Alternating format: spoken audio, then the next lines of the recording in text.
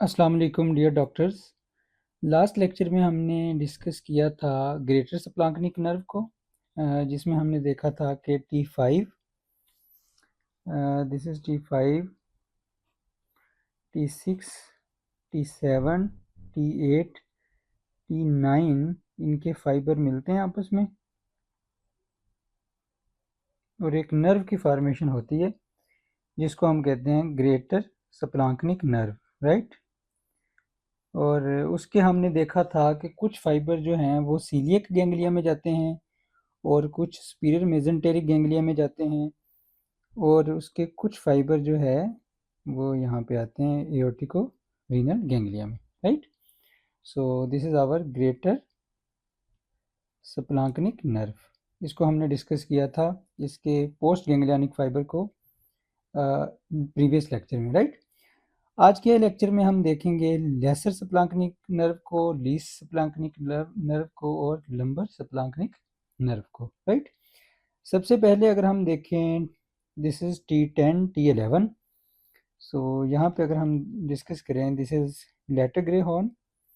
Letter grey horn से कुछ fibre आए एंटीरियर रूट में, एंटीरियर रूट के बाद स्पाइनल नर्व प्रॉपर में आए, स्पाइनल नर्व प्रॉपर का पार्ट बनने के बाद वो आए वाइट रेमस कम्युनिकन्स में। अब वाइट रेमस कम्युनिकन्स में के ज़रिए वो एंटर हुए सिंपैथेटिक चेन गैंग्लिया में। अब यहाँ से स्नैप्स किए बगैर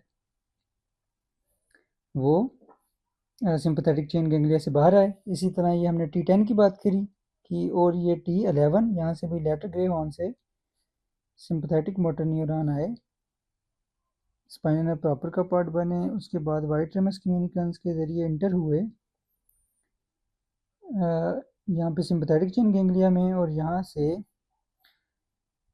स्नैप्स किए बगैर इन्होंने एक नर्व की फॉर्मेशन की, यानी T10 और T11 के फाइबर मिल के जो नर्व बनाई है इसको हम कहते हैं lesser splanchnic nerve. So this nerve is called lesser splanchnic nerve, laser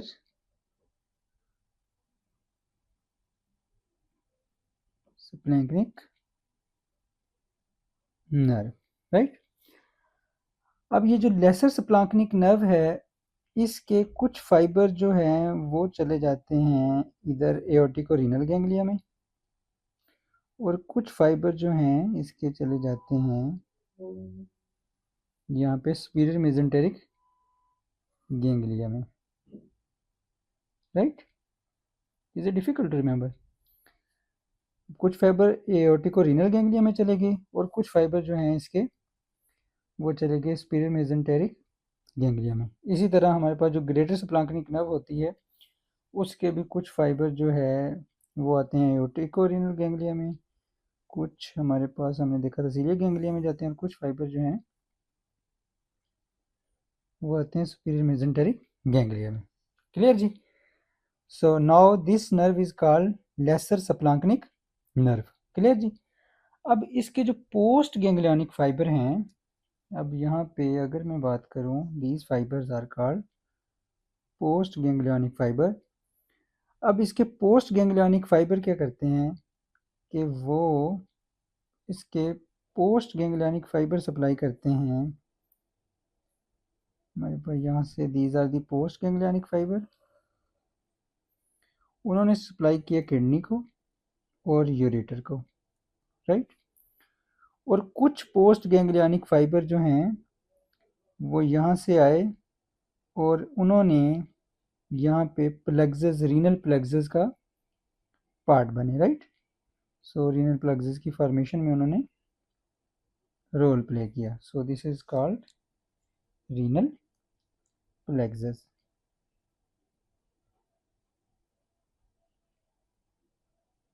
plexus is it difficult to remember? T10 और T11 के फाइबर मिले और इन्होंने फॉर्मेशन की लेसर सप्लांकनिक नर्व की। अब उसके बाद हम देखें अगर T12, अब T12 के फाइबर की अगर हम बात करें, so these are the T12 lateral grey horn से निकले एंटीरियर रूट में आए, एंटीरियर रूट में आने के बाद स्पाइनल नर्व प्रॉपर का पार्ट बने, और स्पाइनल नर्व प्रॉपर का पार्ट बनने के बाद ये आए वाइट रेमस कम्युनिकेंस में, वाइट रेमस कम्युनिकेंस के जरिए एंटर हुए ग्रेटर सिंपैथेटिक चेन गैंग्लिया में। अब सिंपैथेटिक चेन गैंग्लिया में यहाँ से ये एज ए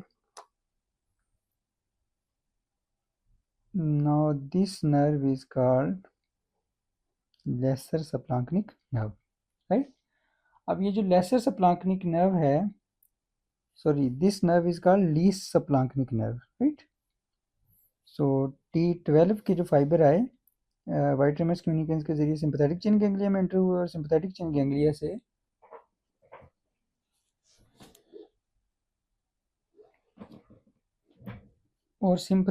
गैंग्लिया से ये फाइबर जो हैं ये गए इस गैंग्लिया में, right? This ganglia is called aortico renal ganglia. So अब एओर्टिको रीनल गैंग्लिया में चले गए ये फाइबर, राइट? अब यहाँ से एओर्टिको रीनल गैंग्लिया में जब ये फाइबर गए तो यहाँ से ये सप्लाई करते हैं इसके पोस्ट गैंग्लियनिक फाइबर, सप्लाई करते हैं किडनी को, यूरेटर को और रीनल प्लक्सेस को, राइट? क्लियर जी? अब now this nerve is called, जो T12 के फाइबर मिल के बनी है, this nerve is called least splanchnic nerve, least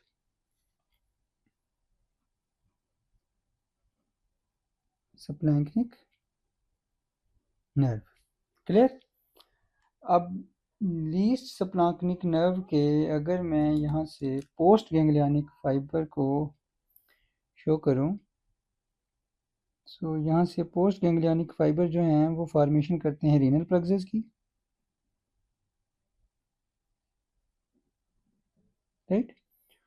और इसके जो लीस्ट सप्लांकनिक नर्व के पोस्ट गैंग्लियनिक फाइबर जो हैं वो आल्सो फॉर्मेशन करते हैं, जाते हैं और सप्लाई करते हैं रीनल,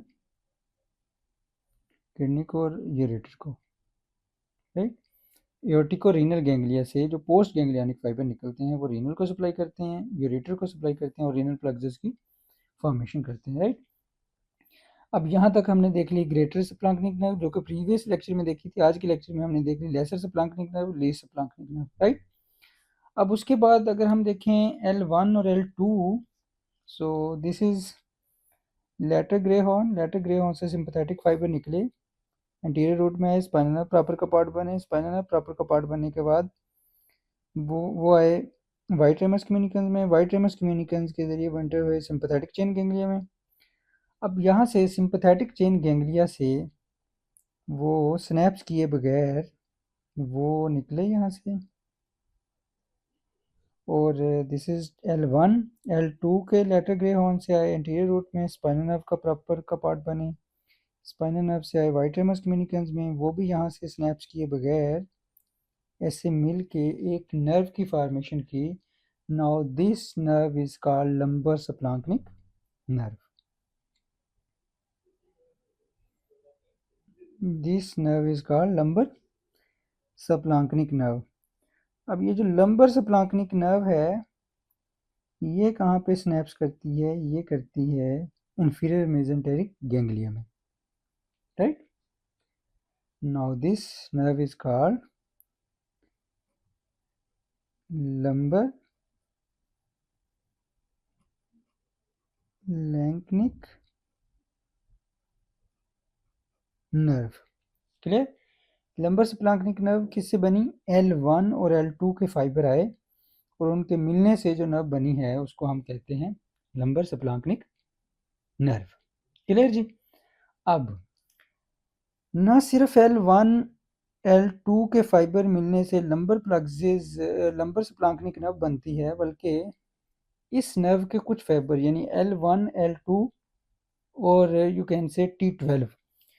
अब T12 जो है अगर हम इसके फाइबर की बात करें, सो लेटर ग्रे हॉर्न से निकले, एंटीरियर रूट में आए, सिंपैथेटिक स्पाइनल नर्व प्रॉपर का पार्ट बने, उसके बाद वाइट रेमस कम्युनिकेंस के जरिए एंटर हुए। अब वाइट रेमस कम्युनिकेंस के जरिए एंटर होने के बाद वो यहाँ से एज ए डिसेंडिंग फाइबर आए, और यहाँ पे वो स्नैप्स किए बगैर वो इस नर्व का पार्ट बने,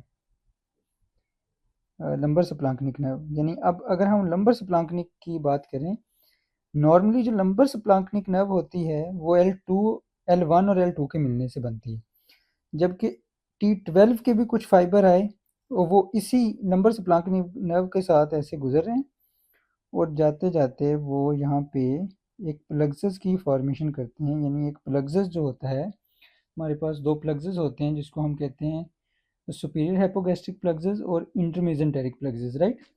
सो L1, L2 और T12 के कुछ फाइबर जो हैं वो रोल प्ले करते हैं सुपीरियर हाइपोगैस्ट्रिक प्लक्सस में as a sympathetic role, right. So sympathetic fibre देते हैं सुपीरियर हाइपोगैस्ट्रिक प्लक्सस में और इंटरमेसेंटेरिक प्लक्सस में, क्लियर। अब सपोज करें यहाँ से, ओके, सो यहाँ पे इन्होंने T12, L1, L2 के कुछ फाइबर आए और इन्होंने यहाँ पे एक प्लक्सस की फॉर्मेशन की और यहाँ पे एक प्लक्सस की फॉर्मेशन की, राइट। इस प्लक्सस की फॉर्मेशन को हम कहते हैं superior hypogastric plexus. Now this plexus is called superior hypogastric plexus, and this plexus is called intermesenteric plexus, right।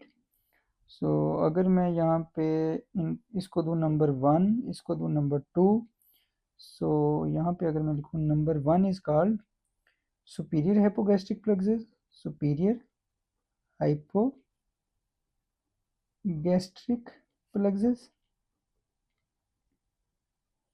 and this number 2 is called intermesenteric plexus, intermesenteric plexus, right। We are not talking about superior hypogastric plexus और intermesenteric plexus। हम सिर्फ ये कह रहे हैं कि superior hypogastric plexus में as a sympathetic fibre आए T12, L1, L2, उन्होंने इस प्लक्सस में सिंपैथेटिक फाइबर दिए, राइट। अब यहाँ पे जो सिंपैथेटिक फाइबर आए हैं वो आए हैं as a pre ganglionic fibre, right. So these all are pre ganglionic sympathetic fibre.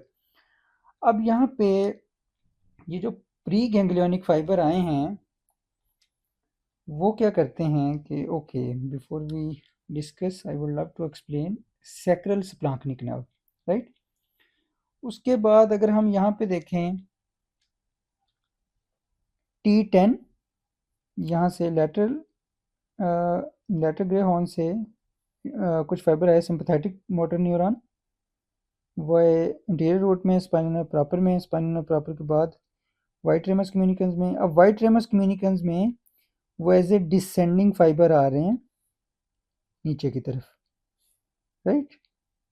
Descending fibre आए वो L1 और S1, S2 और S3 तक, राइट। T10 से, इसी तरह T11 से डिसेंडिंग फाइबर आए S1, S2, S3, राइट। इसी तरह T12 से lateral grey horn, anterior root, spinal proper, white ramus communicans और डिसेंडिंग फाइबर आए। इसी तरह L1 से, L2 से, सम अथॉरिटी मेंशन L3, राइट। उनमें से कुछ फाइबर जो एज ए डिसेंडिंग फाइबर आ रहे थे, उन्होंने कुछ फाइबर्स ने स्नैप किया S1 में और कुछ ने किया S2 में और कुछ ने किया साइनैप्स यहाँ पे S3 में, राइट। सो यहाँ पे साइनैप करने के बाद वो पोस्ट गैंग्लियनिक फाइबर जो है यहाँ से निकले, so these post ganglionic fibre, ये पोस्ट गैंग्लियनिक फाइबर मिल के एक नर्व की फॉर्मेशन करते हैं. Now this nerve is called sacral splanchnic nerve, right? This nerve is called sacral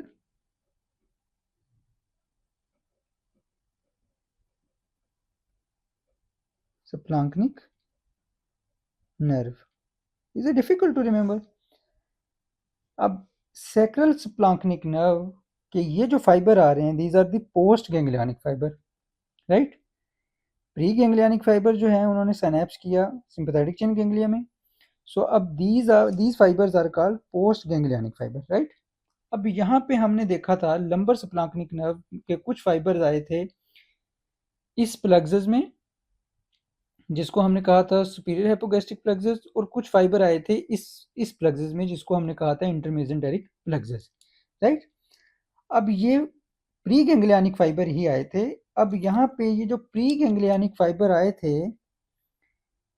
वो फाइबर यहाँ पे स्प्लिट होते हैं. कुछ फाइबर एक साइड पे चले जाते हैं और कुछ फाइबर एक साइड पे चले जाते हैं, और ये दोनों फाइबर मिलके, यानी कि अब ये दो हैं, ये प्री गैंग्लियनिक फाइबर ही, इसको हम कहते हैं.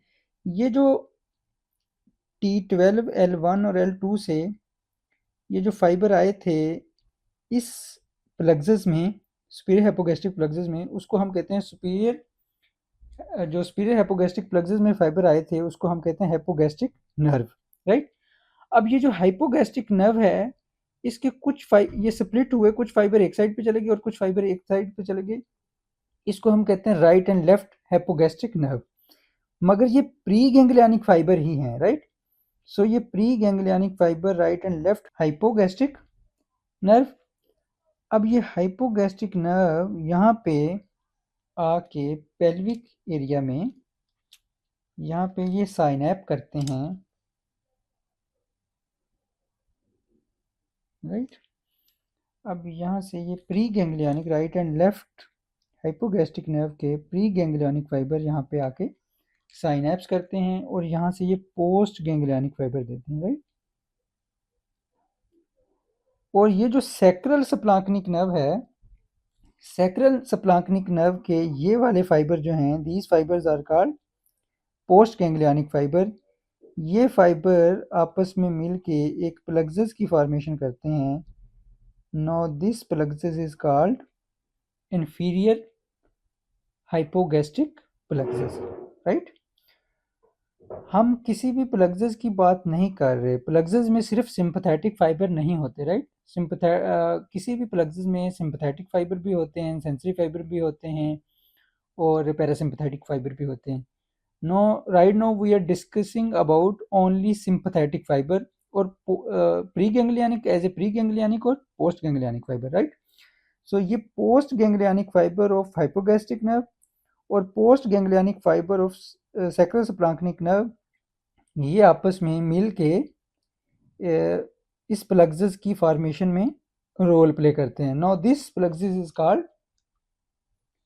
inferior hypogastric plexus. Is it difficult to remember? No, this is called inferior hypogastric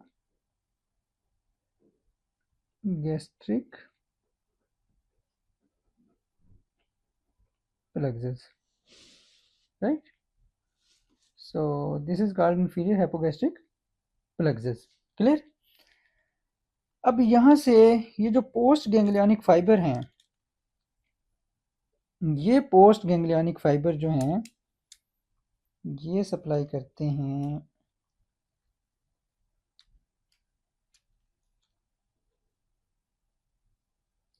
ये पोस्ट गैंग्लियनिक फाइबर सप्लाई करते हैं ब्लैडर को, डिट्रोसर मसल को, और ये पोस्ट गैंग्लियनिक फाइबर जो हैं ये सप्लाई करते हैं यूरेथ्रा को, राइट। और यहाँ पे इंफीरियर हाइपोगैस्ट्रिक प्लक्सस से जो सिंपैथेटिक फाइबर्स निकलते हैं वो सप्लाई करते हैं हमारे पास यहाँ पे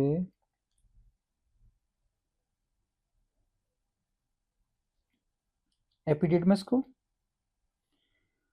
वैस डिफरेंस को और सेमिनल वेजिकल को और प्रोस्टेट ग्लैंड को, राइट। और इंफीरियर हाइपोगैस्ट्रिक प्लक्सस से जो सिंपैथेटिक फाइबर निकलते हैं वो ना सिर्फ हमारे पास एपिडिडमस, वैस difference, seminal vesicle, prostate gland को सप्लाई करते हैं बल्कि वो सप्लाई करते हैं यहाँ से यूट्रस को और वजाइना को, राइट। अब यहाँ से जो पोस्ट सुपीरियर मेसेंटेरिक गैंग्लिया से जो पोस्ट गैंग्लियनिक फाइबर निकलते हैं वो किसको सप्लाई करते हैं? ये पोस्ट गैंग्लियनिक फाइबर जो हैं ये सप्लाई करते हैं जियोजिनम को, इलियम को,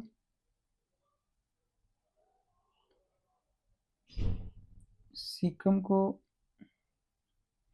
उसके बाद असेंडिंग कॉलोन को, उसके बाद ट्रांसवर्स कॉलोन को, राइट। अब और transverse, these are the transverse colon. और यहाँ पे जो इंफीरियर मेसेंटेरिक गैंग्लिया से पोस्ट गैंग्लियनिक फाइबर निकलते हैं वो किसको सप्लाई करते हैं? ये पोस्ट गैंग्लियनिक फाइबर जो हैं वो distal 1/3 of transverse colon, descending colon,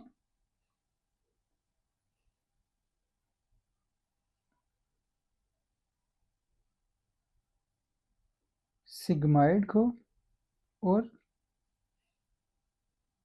upper rectum को।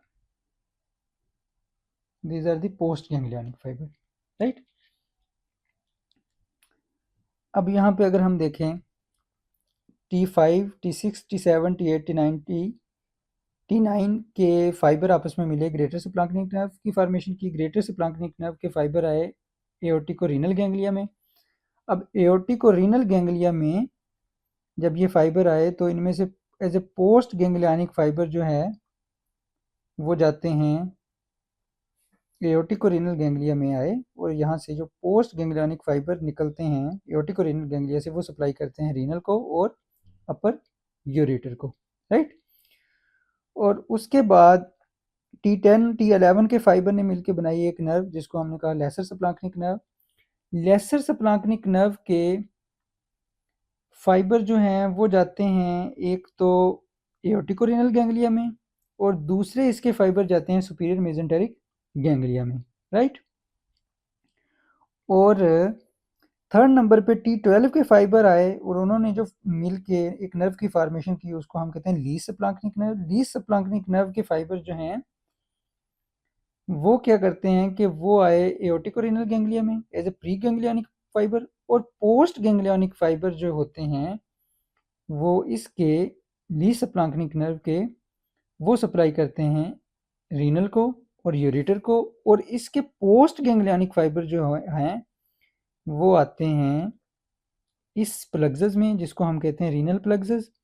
और रीनल प्लक्सस से भी कुछ फिर फाइबर जो हैं वो दोबारा कुछ ब्रांचेस जो हैं वो जाती हैं रीनल को, माइनर सप्लाई करती हैं रीनल को और यूरेटर को, राइट। उसके बाद L1 और L2 के फाइबर जो हैं वो मिलकर लंबर सप्लांक्निक नर्व की फॉर्मेशन करते हैं जो कि इंफीरियर मेसेंटेरिक गैंग्लिया में प्री गैंग्लियनिक फाइबर देते हैं और पोस्ट गैंग्लियनिक फाइबर फिर 1/3 ट्रांसवर्स कॉलोन, डिसेंडिंग कॉलोन और सिग्माइड और अपर रेक्टम को सप्लाई करते हैं। इसी तरह लंबर सप्लांक्निक नर्व के कुछ फाइबर और T12 के फाइबर वो as a pre ganglionic fibre देते हैं इस प्लक्सस में जिसको हम कहते हैं सुपीरियर हाइपोगैस्ट्रिक प्लक्सस और इंटरमेसेंटेरिक प्लक्सस में भी as a pre ganglionic fibre देते हैं। यहाँ पे जो प्री गैंग्लियनिक फाइबर देते हैं उसको हम कहते हैं hypogastric nerve. Hypogastric nerve as a pre ganglionic fiber split होती है right and left hypogastric nerve में ये as a pre ganglionic fiber आते हैं। इस गैंग्लिया में this ganglia is called pelvic ganglia, right, this ganglia is called pelvic ganglia. और यहाँ से यहाँ पे right and left hypogastric nerve जो हैं वो आके साइनेप्स करती हैं पेल्विक गैंग्लिया में, और पोस्ट गैंग्लियनिक फाइबर जो हैं वो निकलते हैं और पोस्ट गैंग्लियनिक सप्लाई करते हैं ब्लैडर को, डिट्रोसल मसल को और इंटरनल यूरिथ्रल स्फिंक्टर को। और उसके बाद यहाँ पे सैक्रल सप्लांक्निक नर्व और post ganglionic fibre of hypogastric nerve, इनकी फॉर्मेशन से ये मिल के बनाते हैं एक यानी इंफीरियर हाइपोगैस्ट्रिक प्लक्सस की फॉर्मेशन में ये रोल प्ले करते हैं। और यहाँ से सिंपैथेटिक फाइबर जो हैं इंफीरियर हाइपोगैस्ट्रिक प्लक्सस से वो जाते हैं जो कि epididymis, vas deferens, seminal vesicle, prostate gland को सप्लाई करते हैं। ना सिर्फ यहाँ पे सप्लाई करते हैं बल्कि वो इधर यूट्रस में और वजाइना को भी सप्लाई करते हैं। अब रही बात गोनैड्स की, यानी कि male and female gonad. Male में बात करें हम तो टेस्टिस, और फीमेल में बात करें तो ओवरीज।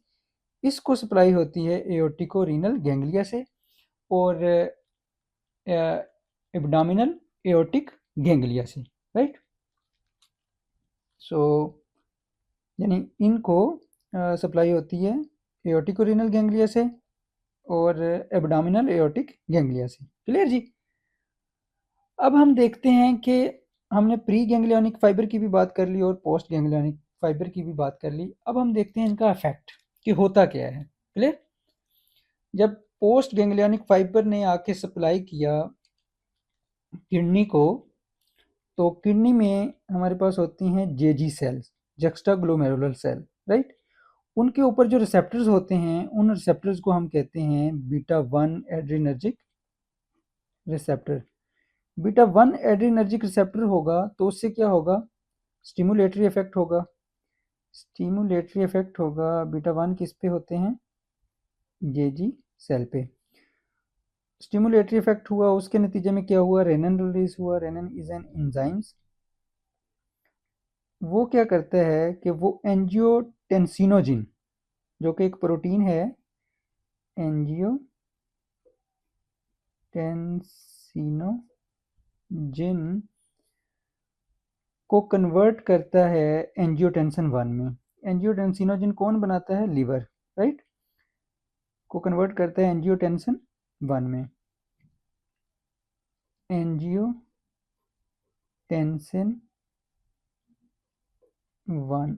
अब एंजियोटेंसिन 1 जो है ये क्या होता है, ये इनएक्टिव फॉर्म है,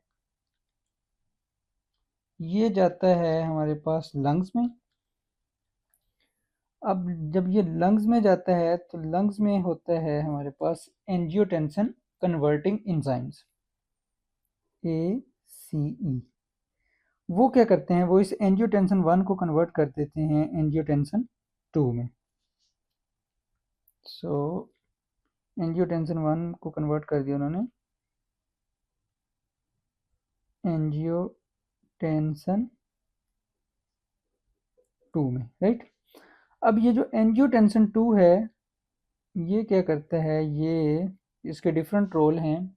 अगर हम इसकी ब्लड वेसल्स के ऊपर बात करें, सो जब ये ब्लड वेसल्स के ऊपर एक्ट करता है तो उससे क्या होती है, वेजो कंस्ट्रिक्शन। वेजो कंस्ट्रिक्शन के नतीजे में क्या होता है, increase BP, blood pressure increase हो जाता है। क्लियर जी। और उसके बाद अगर हम बात करें यूरेटर की, यहाँ पे होता है alpha 1 adrenergic receptor. Alpha 1 adrenergic receptor you know very well. Alpha 1 adrenergic receptor क्या करता है, स्टिमुलेटरी इफेक्ट देता है। स्टिमुलेटरी इफेक्ट से यहाँ पे जो स्मूथ मसल्स होते हैं उनसे पेरिस्टालसिस जो है वो डिक्रीज हो जाती है, right. Decrease peristalsis, decrease peristalsis होती है तो यहाँ पे यूरिन का फ्लो स्लो हो जाता है। क्लियर जी। Is it difficult to remember. और उसके बाद अगर हम ब्लैडर की बात करें, ब्लैडर के ऊपर हमने देखा था तो जो पोस्ट गैंग्लियनिक फाइबर हैं वो एपिनेफ्रिन रिलीज करते हैं। अब यहाँ पे कौन से रिसेप्टर होते हैं, I am really impressed if you know यहाँ पे होते हैं beta 2 adrenergic receptor, these are the detrusor muscle, right. अब डिट्रोसर मसल के ऊपर होते हैं beta 2 adrenergic receptor. Beta 2 adrenergic receptor, beta 2 adrenergic receptor क्या करता है कि ये इनहिबिटरी इफेक्ट देता है, जिससे डिट्रोसर मसल जो होते हैं वो रिलैक्स हो जाते हैं। और यहाँ पे ये जो इंटरनल यूरिथ्रल स्फिंक्टर के मसल्स होते हैं उनके ऊपर जो रिसेप्टर होता है वो होता है अल्फा 1 एड्रेनर्जिक रिसेप्टर। ब्लैडर, ये डिट्रोसर मसल रिलैक्स हुए, ये जिनके ऊपर अल्फा 1 एड्रेनर्जिक रिसेप्टर होता है, internal urethral sphincter, I am talking about internal urethral sphincter, not external urethral sphincter, right. वो सोमैटिक कंट्रोल में होता है। So the internal urethral sphincter के ऊपर कौन से रिसेप्टर होते हैं? Alpha 1 adrenergic receptor. So bladder relax हुआ, स्फिंक्टर कॉन्ट्रैक्ट हुआ, उसके नतीजे में क्या हुआ? यूरिन की जो वो है वो स्लो हो गया, राइट, कंस्ट्रिक्ट हो गया जब स्फिंक्टर, तो यूरिनेशन बंद होगी, क्लोज होगी। अब यहाँ पे हमने इसका भी देख लिया। अब उसके बाद अगर हम यहाँ पे देखें हमारे जीआईटी में, तो यहाँ पे जो ब्लड वेसल्स होती हैं, ब्लड वेसल्स के ऊपर रिसेप्टर जो है वो होता है alpha 1 adrenergic receptor. Alpha 1 adrenergic receptor होगा तो उससे क्या होगा? वेजो कंस्ट्रिक्शन होगी। अल्फा 1 एड्रेनर्जिक रिसेप्टर, उसके नतीजे में क्या होगा? Decrease absorption, right. सो यहाँ पे हमें एक तो देखने को मिलेगी डिक्रीज अब्जॉर्प्शन, जब ब्लड ही कम आएगा तो अब्जॉर्प्शन भी कम होगी, अब्जॉर्प्शन। और दूसरे नंबर के ऊपर यहाँ पे जो ग्लैंड्स होते हैं, राइट, उनके ऊपर रिसेप्टर होते हैं। For example these are the glands, उनके ऊपर रिसेप्टर होता है alpha 2 adrenergic receptor. Alpha 2 adrenergic receptor क्या करते हैं कि वो सेक्रीशन को डिक्रीज कर देते हैं, राइट। जब उसके ऊपर नोर एपिनेफ्रीन एक्ट करती है तो वो इनहिबिटरी इफेक्ट देते हैं, जिसकी वजह से सेक्रीशन डिक्रीज हो जाती है। कौन से रिसेप्टर होते हैं? अल्फा 2 एड्रेनर्जिक रिसेप्टर ग्लैंड्स के ऊपर। जब वो सेक्रीशन कम करेंगे तो इनहिबिटरी इफेक्ट देंगे, तो उससे क्या होगा? Decrease secretion. Is it difficult to remember? Secretion, right.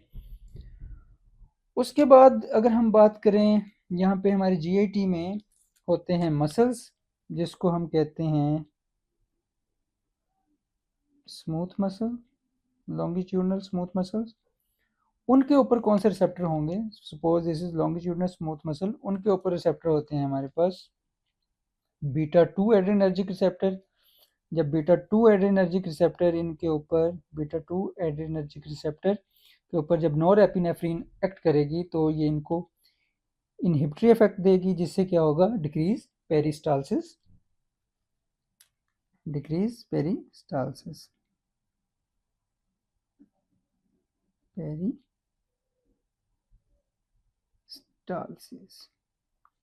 Is it difficult to remember? अब जब डिक्रीज पेरिस्टालसिस मूवमेंट होगी तो यहाँ पे जो काइम वगैरह होगा उसकी जो वो स्लो हो जाएगा। जब स्लो हो जाएगा तो डिफिकेशन का प्रोसेस जो है वो डिले हो जाएगा। क्लियर? उसके बाद यहाँ पे अगर हम बात करें एपिडिडमिस और vas deferens, seminal vesicle, prostate gland, अब यहाँ सब के ऊपर होते हैं अल्फा 1 एड्रेनर्जिक रिसेप्टर। उसका काम क्या होता है अल्फा 1 एड्रेनर्जिक रिसेप्टर का? अल्फा 1 एड्रेनर्जिक रिसेप्टर यहाँ पे सपोज एपिडिडमिस, वेस्ट डिफरेंस, अब यहाँ पे जो स्मूथ मसल्स होते हैं वो स्मूथ मसल्स को कंट्रैक्ट करता है, जिसकी मदद से क्या होता है कि स्पर्म जो है वो मूव करते हैं। और जहाँ पे अगर हम बात करें सेमिनल वेजिकल की और प्रोस्टेट ग्लैंड की, तो यहाँ से सीमन, यहाँ पे जो स्मूथ मसल्स होते हैं वो सीमन्स को वो कंट्रैक्ट करते हैं, जिससे सीमन जो है बाहर आता है, तो इस तरह एजैकुलेशन होती है, राइट। और उसके बाद अगर हम बात करें यहाँ पे यूट्रस पे और वजाइना पे, यहाँ पे भी हमारे पास रिसेप्टर होते हैं अल्फा 1 एड्रेनर्जिक रिसेप्टर। अब अल्फा 1 एड्रेनर्जिक रिसेप्टर जब होगा, अल्फा 1 एड्रेनर्जिक रिसेप्टर, उससे क्या होगा कि यूट्रस कॉन्ट्रैक्शन होगी और वजाइना की भी कॉन्ट्रैक्शन होगी। लेकिन ये है नॉन प्रेग्नेंट वुमेन के लिए, राइट। प्रेग्नेंट वुमेन के लिए क्या होता है कि ये अल्फा 1 एड्रेनर्जिक रिसेप्टर जो है वो सप्रेस हो जाता है, और प्रेग्नेंट वुमेन में अल्फा 1 एड्रेनर्जिक रिसेप्टर सप्रेस हो जाता है और इसकी जगह रिप्लेस कर लेता है beta 2 adrenergic receptor, right. Beta 2 adrenergic receptor ये कब एक्सप्रेस होता है? प्रेग्नेंट वुमेन में।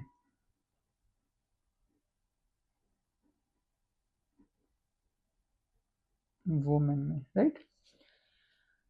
अब जब प्रेग्नेंट होती है वुमेन कोई भी, अगर ये बीटा 2 एड्रेनर्जिक रिसेप्टर ना हो, अल्फा 1 एड्रेनर्जिक रिसेप्टर हो, तो उससे क्या होगा, यूट्रस कंट्रैक्शन होगा। जो यूट्रस कंट्रैक्शन होने से प्री मेच्योर लेबर हो सकती है, राइट।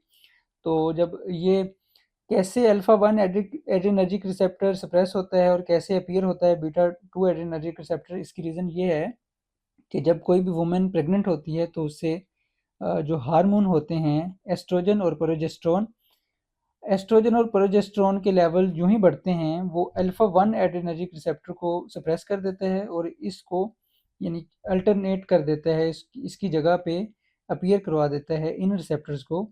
ये वाले रिसेप्टर गायब हो जाते हैं और ये वाले रिसेप्टर अपीयर हो जाते हैं, beta 2 adrenergic receptor. Beta 2 adrenergic receptor का function you know very well कि वो क्या करवाते हैं, वो रिलैक्स करवाते हैं। क्लियर? अब यहाँ तक हमारा greater splanchnic nerve, lesser splanchnic nerve, least splanchnic nerve, number और sacral splanchnic nerve as a pre ganglionic and post ganglionic fibre complete हुए। Let's have a break.